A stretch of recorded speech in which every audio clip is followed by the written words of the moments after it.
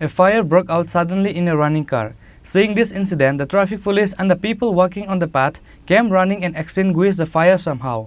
Incident occurred at Bidurkarta Chowmuhani of Agartala.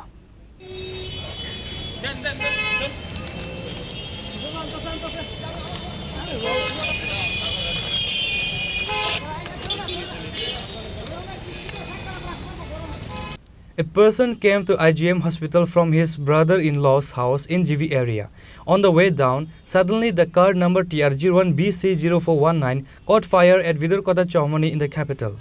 Suddenly, smoke starts coming out from the vehicle's front or side. The driver pulled over and saw the flames. Seeing the scene, the traffic police and the people walking on the path came running and extinguished the fire somehow. The owner of the car said that the fire might have caused due to the short circuit. The car narrowly escaped a major accident.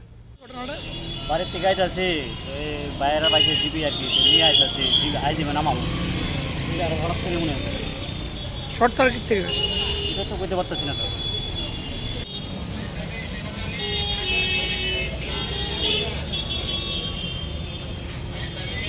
This incident caused an instant sensation among the people of the area.